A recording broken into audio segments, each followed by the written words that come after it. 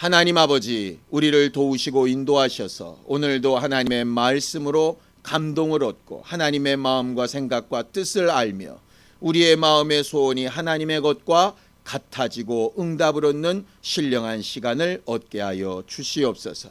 믿음으로 언금한 손길들 위에 복을 주시며 저들이 복의 근원과 생명의 근원이 하나님 앞에 있음을 고백하며 행동하여 싸우니 저들의 믿음을 기억하사 주의 마음을 더욱더 강하게 저들의 마음에 심어주셔서 하나님과 함께 걷는 거룩한 기쁨과 감사가 풍성한 심령과 가정들이 되도록 복의 복을 더하여 주시옵소서. 예수님의 이름으로 기도하였습니다. 아멘.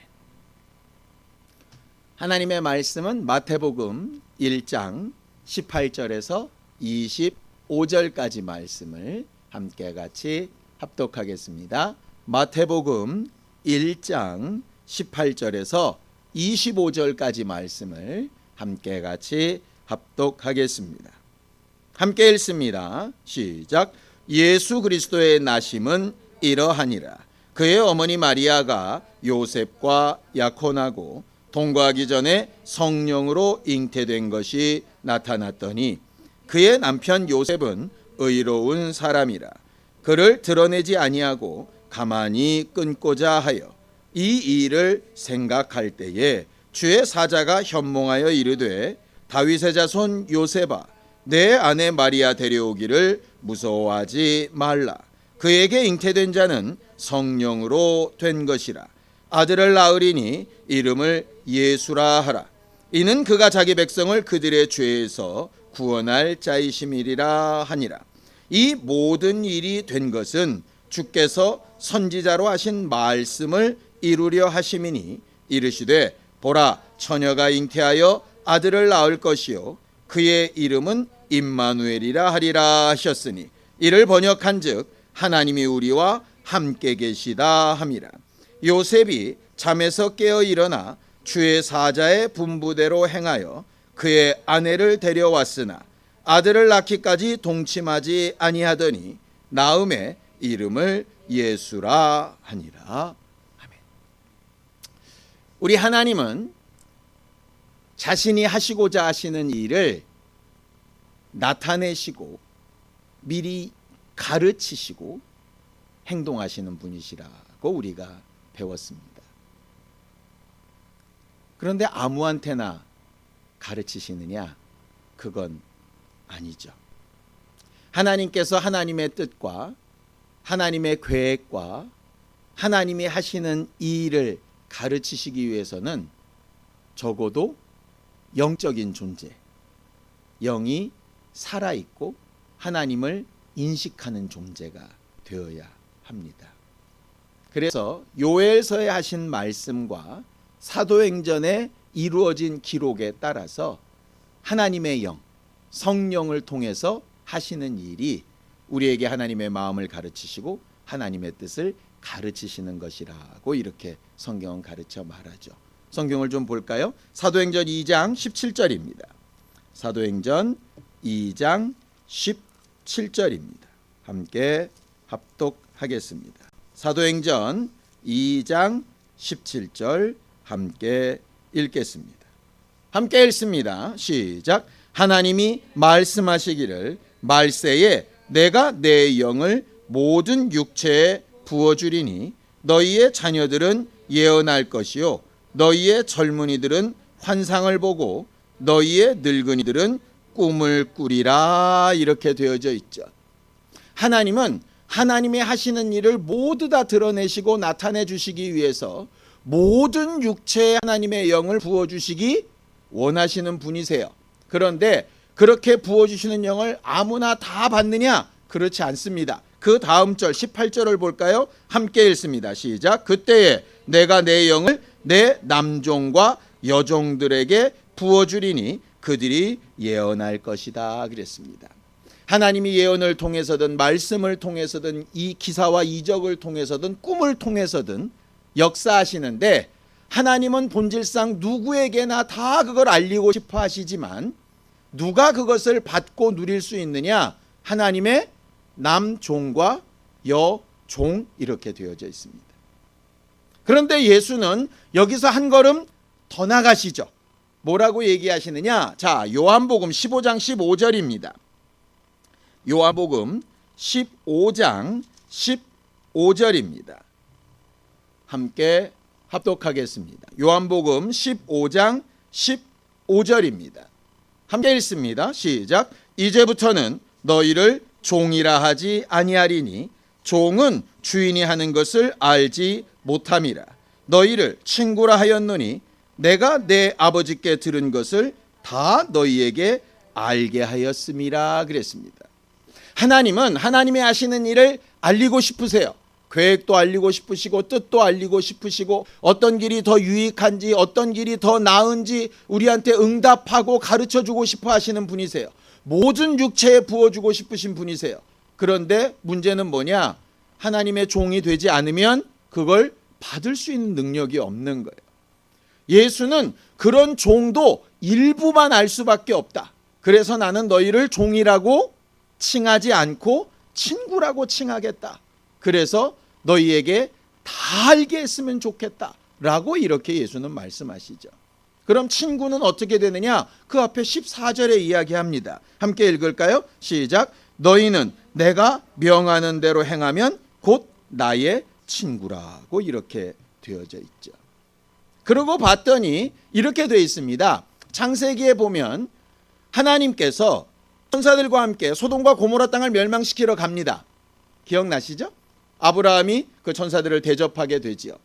잘 대접을 받고 떠나시기 전에 여호와가 이렇게 얘기하십니다. 내가 하고자 하는 일을 아브라함에게는 숨길 수 없다 하시죠. 왜 그러셨는가? 라고 봤더니 그 답이 야고보서에 나와 있어요. 한 군데 더 읽어볼까요? 야고보서 2장 23절입니다. 야고보서 2장 23절입니다. 함께 합독하겠습니다. 야고보서 2장 23절입니다. 함께 읽습니다. 시작. 이에 성경에 이른 바 아브라함이 하나님을 믿으니 이것을 의로 여기셨다는 말씀이 이루어졌고 그는 하나님의 벗이라 칭함을 받았다 그랬어요. 하나님이 왜 아브라함에게는 자기가 하려는 일을 숨기지 아니하셨느냐? 대놓고 말씀하셨느냐? 아브라함을 친구라고 여기셨기 때문입니다.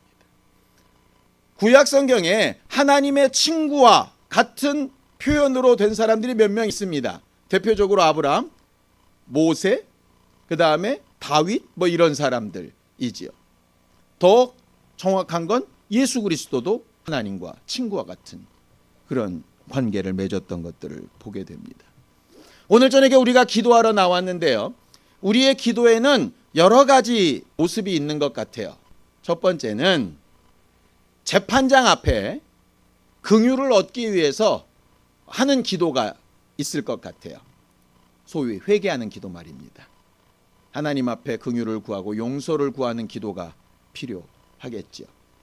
또 때로는 우리의 주인 앞에 뭔가를 막 달라고 필요한 일들을 허락해 달라고 내 임의로 할 수 없으니 하나님의 허락이 필요하다고 막 이렇게 기도하는 경우도 있을 것 같습니다.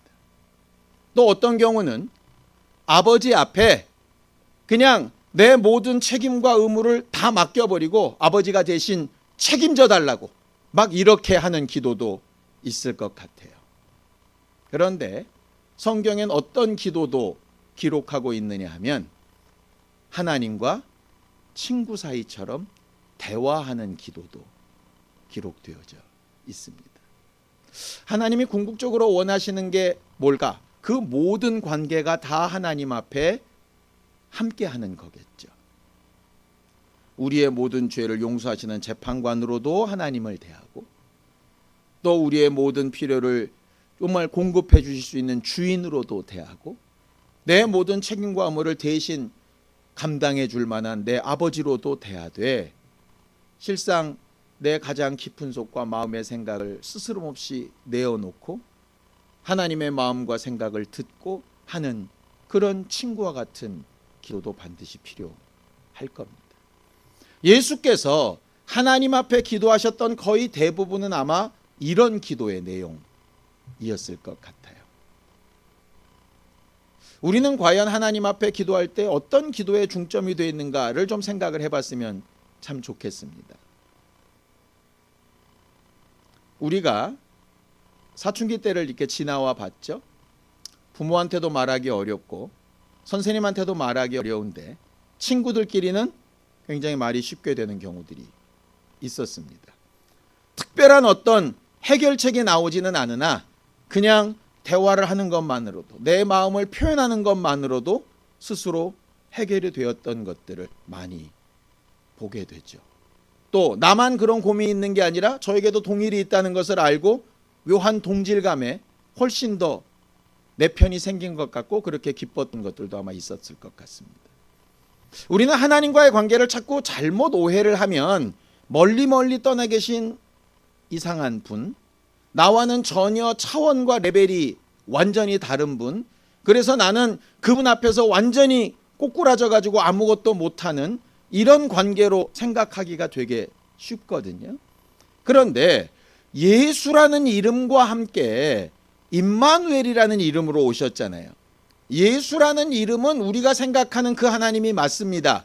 죄에 빠진 우리를 죄가 없는 곳에서 건져내시는 분, 사망 가운데 있는 것을 생명의 풍성한 분이 막 드러내시는 분, 그거 맞거든요. 그런데 임마누엘은 그런 뜻이 아니에요. 그렇게 건져내서 영원히 주인으로, 영원히 명령자로만 계시는 분이 아니라 그렇게 건져낸 자를 친구라고 부르시고 함께 대화 상대가 되기 원하시고 수준이 이만큼 차이가 나는데도 낮아지셔서 우리와 함께 마음을 나누고 본인의 마음을 이해해 줬으면 바라시고 우리의 마음을 이해한다고 두드려 주시고 하는 그런 하나님과의 관계를 임마누엘이라고 이야기하거든요. 우리는 너무 어렵고 형식적이고 모양 갖추는 하나님과의 관계를 생각하다 보면 자꾸 어디로 가게 되냐면 구약의 하나님으로 이렇게 가게 됩니다. 신약의 하나님으로 딱 오면서부터 바로 달라지는 것이 뭐냐면 가까이 계신 하나님, 대화가 통하는 하나님, 적어도 우리 마음을 알아주시는 하나님으로 이게 좀 변화가 되게 돼요. 그러면서 예수는 우리를 친구라 부르기를 원하시는 거죠. 오늘 우리가 찬양도 그렇게 했는데요. 정말 우리는 하나님을 그렇게 친구라고 여기고 있나? 우리 답답한 속이나 아픈 것들을 좀 이렇게 스스럼없이 내놓을 수 있는 그런 가까운 분으로 여기고 있나? 아니면 그분이 내 속을 들여다보면 모든 게 환히 드러나 보일까 봐 가능하면 좀 멀리 사람 뒤에 숨어서 좀 이렇게 가리고 좀 이렇게 그럴듯해 보이는 모습으로 서려고 이렇게 하고 있지는 않나? 우리 자신을 좀 잘 돌아볼 필요가 사실 있을 것 같습니다. 오늘 성경에 보면 이렇게 되어져 있습니다. 예수 그리스도의 나심을 이야기하면서 마리아와 약혼했던 요셉의 이야기를 기록하고 있어요. 근데 이 시기가 여러분들이 생각을 좀 해보셔야 됩니다.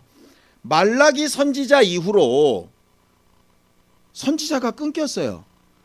선지자가 끊겼다는 얘기는 하나님의 말씀과 예언이 없었다는 얘기예요. 제사장들이나 바리새인이나 제대로 된 하나님의 마음과 생각을 가르쳐주는 자들도 없었다는 얘기예요. 언제까지? 침례 요한이 날 때까지는 없었어요. 그가 사역을 시작하기까지는 하나님의 음성을 듣는 사람들이 없었다니까요. 주로 선지자, 제사장, 왕 뭐 이렇게 들어야 되는데 왕인 헤롯도 모르고 제사장들도 제대로 모르고 선지자들은 아예 없고 이런 상황이었다 이 말이죠. 그런데 그렇게 공식적인 루트로는 없었는데 예를 들어 형식상 하나님의 음성을 듣는 사람들은 없었는데 삶 가운데 주의 인도하심과 음성을 듣는 사람들은 있었던 거죠. 대표적으로 사가랴, 엘리사벳, 그 다음에 마리아, 요셉, 그리고 심지어는 동방에서 온 박사들까지. 그들은 정식으로 율법을 책으로 배운 사람들도 아니에요. 그렇죠? 대부분 뭘로 보냐? 별 보고 꿈으로. 이거 굉장히 우리가 생각하는 신앙과는 좀 거리가 먼, 우리가 생각하는 믿음이라고 하는 방식과는 좀 거리가 먼 그런 방법들이에요. 꿈꾸고 인도받고 별 보고 인도받고 뭐 이런 것들이거든요. 그런데 하나님은 왜 그들에게 응답하셨고 그들은 어떻게 응답을 그렇게 받을 수 있었던가? 그들도 모르는 사이에 하나님의 마음에 굉장히 가까웠던 사람들이죠. 뭐냐? 동방박사 같은 경우는 별을 연구하는 사람들이었지만 뭔가 큰 변화와 이 세상에 유익한 것을 찾고 구하는 사람들이었어요.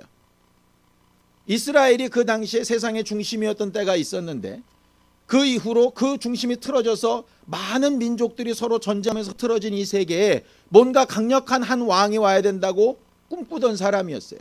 이스라엘 사람들도 꿈꾸지 않던 메시아를 그들이 꿈꾸고 이스라엘로 왕으로 나신 이를 찾아왔으니까요. 다른 사람들은 그냥 있을 수 있는 현상이라고 치부할 때 그들은 뭔가 의미가 있고 찾고 싶은 의지가 있어서 먼 길을 찾아왔던 사람들이거든요. 그런데 그들이 어땠느냐? 베들레헴에서 아이가 낳았다는 얘기를 듣고 정작 유대인들은 그 베들레헴을 찾아서 가지 않는데 이 사람들은 별의 인도하심을 따라서 베들레헴을 향해서 계속 가는 거예요. 마음도 있고 행동도 따랐던 사람이죠. 동일한 사람이 누구냐? 요셉입니다. 요셉을 좀 볼까요? 자, 19절입니다. 19절 함께 읽습니다. 시작. 그의 남편 요셉은 의로운 사람이라 그를 드러내지 아니하고 가만히 끊고자 했다. 제가 이걸 읽으면서 되게 이상했어요. 뭐냐? 어떻게 요셉이 의로운 사람이지? 율법이 말하는 의인은 하나님의 법대로 하는 사람이 의인입니다. 하나님의 법대로 하면 요셉과 마리아가 약혼한 당시에 마리아가 임신을 했으면 요셉에게는 어떤 의무가 있느냐? 이 여자를 고발해야 될 의무가 있어요. 그게 율법이에요. 그리고 자기가 이 여자가 잉태한 아이의 아버지가 아니라는 것을 자기의 정절을 증명하기 위해서 이 여자에게 가장 먼저 돌을 던져야 될 사람이 요셉이에요. 안 그러면 이 여자랑 약혼하는 시기에 이게 정말 순결을 지켜야 될 이 시기에 자기의 욕정을 못 이긴 사람으로 오해받을 수 있는 거예요. 그런데 의로운 사람이라는 거예요. 율법으로 따지면 의롭지 않은 사람이에요. 율법의 조항으로 따지면 이렇게 하면 안 돼요. 제사장한테 고발하고 제사장한테 끌고 가서 글 써가지고 배 타서 마리아한테 먹이고 막 이래야 된다고. 그런데 율법대로 하지 않는 거예요. 왜? 그를 사랑하고 그가 고초당하는 걸 보기 싫고 어떻게든 자기가 수치를 대신 감당하더라도 조용히 이 일을 무마시키면 저가 어려움을 당하는 것보단 그게 나을 거라고 생각한 거죠. 율법으로 보면 의롭지 않아요.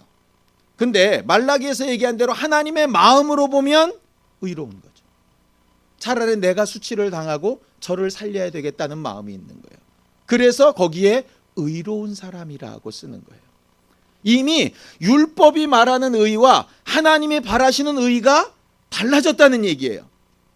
조항대로 따라가는 사람이 아니라 이 조항을 명령하신 하나님의 마음이 뭘까를 생각하는 사람으로 바뀌었다는 거죠. 그런데 그렇게 결정을 했음에도 불구하고 꿈에서 하나님의 음성을 듣고 그 다음에 미리 예언된 임마누엘이라고 하는 말씀이 생각이 났더니 그 생각을 바꿔서 그 여자를 품고 책임지는 긍휼을 베푸는 자로 결론을 딱 내리는 거예요. 마치 동방박사처럼 그냥 스쳐갈 얘기, 나와 상관없는 얘기, 남의 나라 얘기 이렇게 취급하는 것처럼 나와 상관없는 여자, 관계 끊어버리면 나만 의롭게 되는 것 이렇게 선택할 수 있는데 그렇지 않고 연관을 짓고 그 다음에 베들레헴이라는 곳을 찾아가는 것처럼 이 여자를 책임지고 하는 마음이 있는 거죠. 그랬더니 하나님이 어떻게 하시느냐? 이번으로 끝나지 않고 그 다음에도 계속 꿈으로 응답을 하시는 거예요. 그 뒤에 볼까요? 자, 20절을 한번 보겠습니다. 20절 함께 읽습니다. 시작. 이 일을 생각할 때 주의 사자가 현몽하여 이르되 다윗의 자손 요셉아 내 아내 데려오기를 마리아 데려오기를 무서워하지 말라. 그에게 잉태는 자는 성령으로 잉태된 것이라. 그래서 마리아를 품게 되죠. 자, 2장 13절입니다. 함께 읽습니다. 시작. 그들이 떠난 후에 주의 사자가 요셉에게 현몽하여 이르되 헤롯이 아기를 찾아 죽이려 하니 일어나 아기와 그의 어머니를 데리고 애굽으로 피하여 내가 내게 이르기까지 거기 있으라 하시니라 그랬죠. 19절을 또 다시 한번 보겠습니다. 시작. 헤롯이 죽은 후에 주의 사자가 애굽에서 요셉에게 현몽하여 이르되 일어나서 그 아이와 함께 고향으로 돌아가라 그렇게 합니다. 돌아가는 일에 또 어려움이 생기죠. 22절입니다. 함께 읽습니다. 시작. 그러나 아켈라오가 그의 아버지 헤롯을 이어 유대의 임금됨을 듣고 거기로 가기를 무서워하더니 꿈에 지시하심을 받아 갈릴리 지방으로 가서 나사렛에 거하게 됩니다. 한번 꿈으로 응답을 얻고 하나님의 지시하심을 받았더니 그 다음에 방법은 꿈이지만 결론은 뭐냐? 하나님의 지시하심을 계속 받아가는 거예요. 애굽으로 갈 때도, 애굽에서 돌아올 때도, 돌아와서 사는 곳도, 어디를 향하여 가야 되는 것도 계속 인도하심을 얻는 거죠. 왜냐? 하나님에 대한 신뢰가 있고 하나님에 대한 물음이 지시하고 지시받는 것이 아니라 마치 친구가 대화하듯이 이럴 때는 어떻게, 저럴 때는 어떻게 대화가 능수능란하게 되는 거예요. 하나님이 공식적인 루트로 두신 것과 상관없이 지극히 개인적인 관계로 응답이 일어나고 있다는 거죠.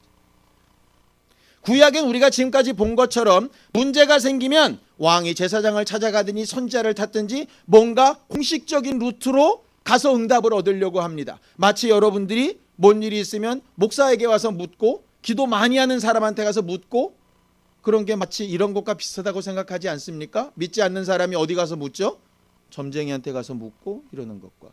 그런데 신약에 오자마자 어떻게 되느냐? 선지자 빠지고 제사장도 빠지고 결국 각 개인이 하나님의 마음을 가지는 순간에 하나님께서 꿈에서라도 응답을 하시는 거예요. 어마어마한 기도 다음에 오는 응답이란 뜻이 아닙니다. 하나님과 마음이 같아지는 순간에, 하나님이 명하신 대로 하려고 하는 순간에 뭐가 되느냐면 친구가 되는 거죠. 그 얘기를 출애굽기에도 이렇게 기록을 합니다. 한 구절만 읽고 우리가 기도하겠습니다. 출애굽기 33장 11절입니다. 출애굽기 33장 11절 함께 합독합니다.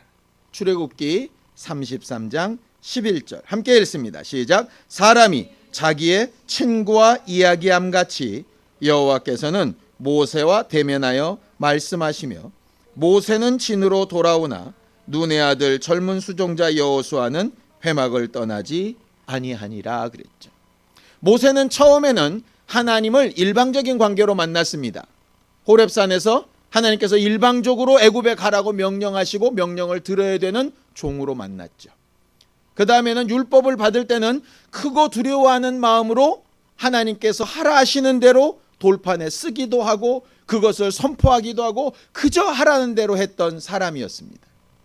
그 이후에 모세가 하나님과 가장 온전하고 깊은 관계에 있을 때 했던 것이 뭐냐면 이처럼 친구와 같이 대면하듯 말씀하셨다는 거예요.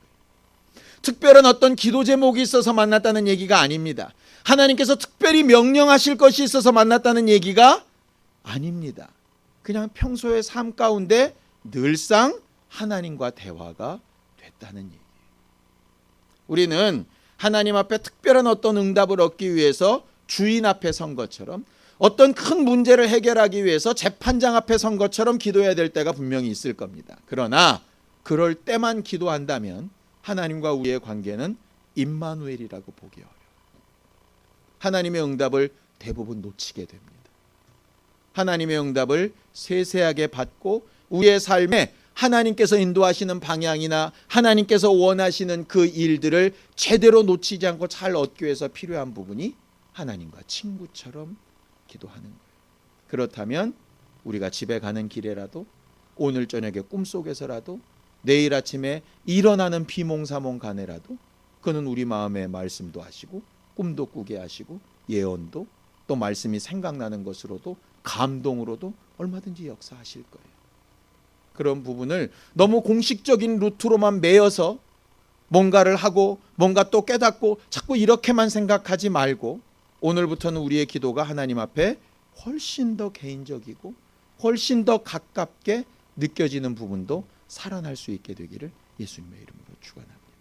이 시간 함께 같이 기도하겠습니다. 하나님 아버지, 우리는 우리를 용서하시는 또 우리를 구원하시는 하나님으로도 기도하며 간구하되 친구 되신 하나님으로 알고 범사에 우리의 모든 사정과 마음을 아뢰며 함께하는 거룩한 기쁨으로 충만한 영적 생활을 하게 되어지기를 원합니다.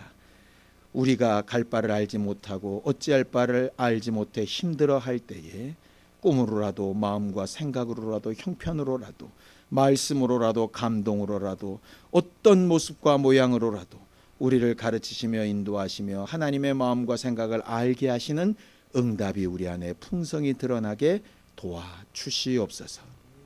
이제는 우리 주 예수 그리스도의 은혜와 하나님 아버지의 극진하신 사랑과 성령님의 감동하시고 함께 하시는 분명한 증거가 하나님 앞에 늘 가까이 있어 응답을 구하는 우리 모두 위에 이제부터 영원까지 함께 있을지어다. 아멘.